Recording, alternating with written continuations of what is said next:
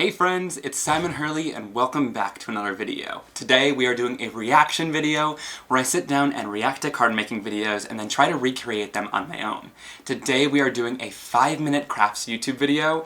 This time they made 44 cards in like 20 minutes, but they go through it super fast. So I wanted to react to one of the cards they create in this video that I thought was super cool and hopefully take it slower and show you guys really how to make this card at home. So without further ado, let's get into today's video.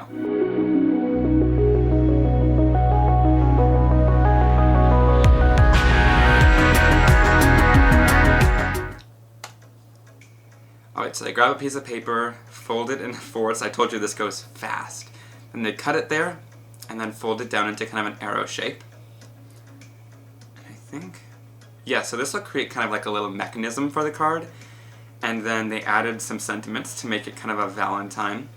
And this goes inside an A2 size card. So there we have kind of that mechanism there, and I've seen people make these cards as well, but you have to have some special dies for them. So I like that they made this without those dies. And then, of course, when you open it up, you get that really cool look to it. So I think that one's pretty cool, and I'm excited to recreate it with you guys. Alright, I got my laptop off to the side just so that I can make sure we're following every step accurately.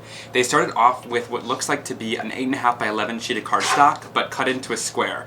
So it's 8.5 by 8.5 inches. And I'm also using like a thinner weight cardstock because we're going to be folding this down and you want to make sure it's going to fold nice and slim into your card. So then they folded it in fourths, so I will fold it down here. And then we'll do it the exact same the other direction. I like to crease it down with a bone folder too. This is just a Teflon bone folder and it makes things a lot smoother. This is the part where they go really fast. So they took this piece of paper and folded it so that it's like this in fourths. And then it literally looks like they just took a chunk out of this. So I'm just gonna draw it pretty loosely. I don't think it needs to be too perfect, but I'll just draw kind of an L shape. So we're not cutting the folded area, just the area where there's kind of like 4 pieces here. That's what we're going to cut through. So I'll just grab my scissors. I love these big Tim Holtz ones for things like this. And just cut right through all 4 of these layers. Alright, so once that's all cut, we can open it back up like they have.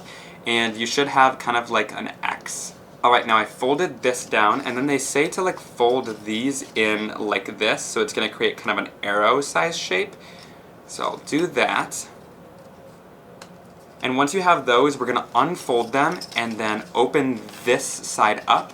And then you're able to like tuck this one in with that crease we've just created and reverse the fold. So that's going to go like that, tucked inside of there.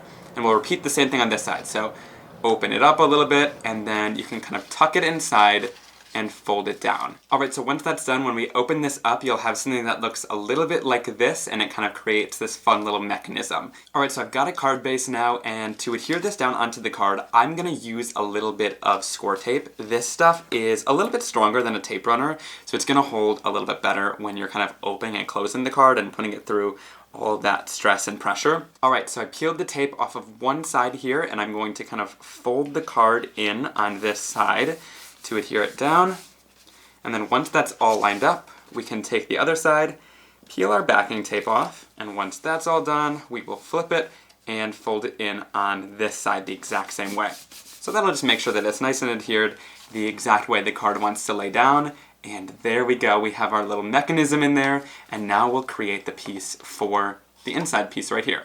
Alright, so for the inside piece, I actually just realized that I think the piece that they cut off of the first one to make it a square is the piece we're going to use for the inside flap, at least is what it looks like. So I'm going to go in here, and it's 8.5 inches, so I'll score it in half at 4 1/4. And just create a little crease there, and we're going to fold it down.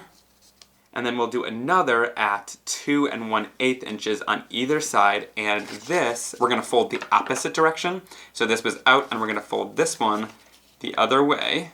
Alright, so once you have that folded, it should look a little something like this, but I'm going to create a design on here. I probably should have done it before I even folded it, but we're gonna make it now. So I'm gonna take this Flower Power stencil from my latest release, and I'm going to place it down on here so we can get kind of a row of flowers going. Now, this stencil isn't long enough to cover this whole thing, but I'll show you how we can kind of move it and shift it to use it. So we're gonna start off with a little bit of Prom Queen. I'm using some kind of spring colors here. So I'll just start kind of in the center of one of the flowers and start my blending.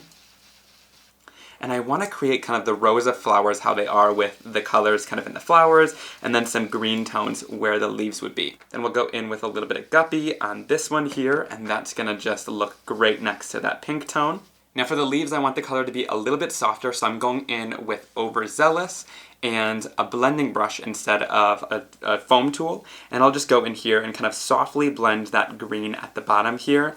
And this is just gonna be easily able to apply a nice light coating of color down there. And we'll just go in here and add some darker areas to give it a little bit of shading. Perfect. Now let's shift the stencil. So I'm going to take one of these flowers, and a lot of my designs are kind of, you can kind of take it and keep moving it over. So with this one, all I'm going to do is take one of these higher up flowers, I'll lay it down there so that it lines up exactly with what we've already blended, and then you should have kind of a continuous pattern. And if you want, again, before we get to this end here, we'll just move it in and do the exact same thing. So here I'll go in with a little bit of Sidewalk chalk right there. Blend that in. You just don't want to kind of hit the edge because then you'll get a harsh edge. So just by shifting that stencil, we can continue the design. Here we'll go in with a little bit of Prom Queen next. And last but not least, I'll do the exact same thing and finish it off with a little bit of color for the leaves to blend everything together.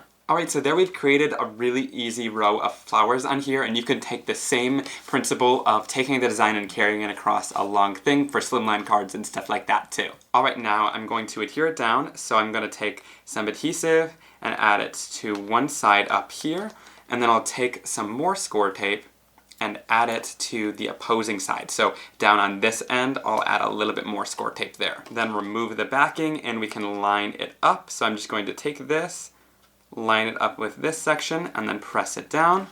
And then we can do the same thing on the opposing side. So we'll just line it up. It kind of hangs over just a little bit, and then press it down. And by doing it on the opposing ends, this is able to kind of turn and collapse in on itself. Alright, so here is how that looks, and then once it closes, it kind of closes in on itself like that. So it takes a little bit of kind of making it go back and forth to really get those folds used to it, but once you do, it works really beautifully like this. Alright, so I'm going to take the Hoppy Easter stamp set, and I'm going to use this large bunny up here. Alright, so I'll pick it up with one of my acrylic blocks, and then I like to stamp using Jet Black Archival ink, because this is going to be nice and waterproof. So I'll ink this up, and then stamp it down onto my stark white cardstock. Alright, then if you've seen any of my videos, you'll know by now that for watercoloring, I like to take a little bit of clear embossing powder, and I'll throw that over the top, and Archival ink stays wet for just long enough that you can throw over the embossing powder and heat emboss it. Alright, so let's do some watercoloring. I'm going to kind of walk you guys through a little bit here. So I'm going to use a little bit of woof, and I just lay that down right onto my craft sheet. Throw down a couple colors, so I'm using Rosy Cheeks. And also, whenever I want to add a little bit of warmth, I go for some Over the Moon because it's a good kind of warm yellow, but it's not too intense, so it just adds some warmth to colors like gray or brown or anything like that. So whenever I'm watercoloring an image, I like to go in first with a little bit of water. So I just do kind of a thin layer of water all over the image. And this is going to make it so that the cardstock doesn't just like eat up your color and make it sink right in. Then I'll go in with a little bit of water and dip into one of my colors. So here I'm using a little bit of woof, which is my gray color, and you can see that's going on nice and smooth. And I'm just doing kind of a wash of that color. And then this is the important to using a brush, because I'm going to go in with less water into some of those darker areas of that color on there. And then I'll just kind of tap that onto my image wherever I want a little bit of shading. So just go in here and tap it on, and that gives me a little bit of shading here and there on my image. So his chest and different areas like that is where I would kind of bring in a little bit of Over the Moon. Again, it doesn't look like much on camera, but in person it just gives a little bit of a warm glow to those areas, and then of course you could add a little bit of gray in there to add some shading. Alright, so once I fussy cut this guy out, I'm going to take a little bit of my tape runner adhesive. So I'm just going to kind of lay it right in the center so that a little bit of his ears hang over and a little bit of his legs hang off. And I think that should be the perfect position so that it still closes really nicely and opens really easily, but then you have that cute little bunny on there. Alright, so I've added a little bit of adhesive on this, and I'm actually going to put this down here to cover this area up. So we'll just line it up and adhere that down. So there's a really great sentiment to finish off the inside of our really fun interactive card there.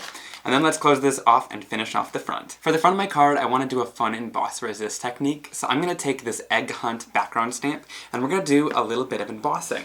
So I'm going to just take this with a little bit of clear embossing ink and ink it all up. I'm going to take a piece of my stark white cardstock and lay it right down on the surface, and then we'll move our fingers around and give it good pressure all over the card to make sure that everything is nice and transferred. Then we'll throw over a layer of our clear embossing powder. Then I'm going to go in and heat this up. Alright, so now I'm going to go in and do a little bit more of a controlled ink smooshing technique. I haven't done this one in a while, but you're going to take a piece of plastic like this. Then you're going to take your ink pad. Here I'm going to start off with a little bit of guppy. I'll add it onto the surface there. And then we'll go in with our distress sprayer with just water in it, spray that down, and then we can start our kind of blending. Now the cool part about this, instead of dipping it into something, is you can see exactly where you're putting down this color. So I'm going to place down a little bit of orange first, kind of move it around a little bit there, and you can kind of fill in some of those areas. Then I like to heat set in between layers so we can kind of layer up the color. So I'll just go in with my Ranger heat tool, it's pretty quiet, and just go in here and heat this up. And then I'll go back in with a little bit more guppy, but this time I'll spray it a tiny bit less, like just one little tiny spray, and that will be able to give me some really dark color that we can get lots of texture from. So there we go, you can add a lot more texture with a lot less water. So I'll go in and do the same thing with more colors. Here I'm using Prom Queen, so we're kind of repeating the colors that we used on the inside there.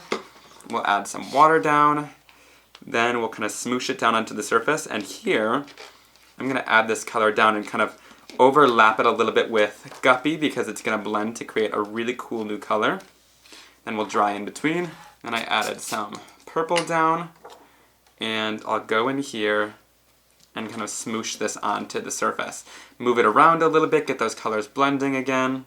Alright, and then sometimes if there's a little bit of white area left, I just go in with my blending tool and kind of fill that in. These are translucent dye-based inks, so it's not going to cover up any of your watercolor texture, but it just adds a little bit more color if that's something you want. And I also like to go in and just kind of spray this down just a tiny bit, and that's going to give me some really beautiful texture and even add more to the watercolor look. Alright, so to make a focal point for this card, I'm taking one of the egg images from that same stamp set, and I'll stamp it down in some jet black Archival ink. And then there's images to fit inside the egg, and I'm going to take this Happy Easter one with some of the tulips on it to kind of match the flowers from the inside and stamp it down. And then, no surprise here, we're going to throw a little bit of clear embossing powder over it. Then I'm just going to go in with those same colors, and I'm just using like the blending tool with any leftover ink that might be on it. And I'll just go in and kind of blend this on here, and it gives me a softer color since I'm not even reloading with any new colors of inks.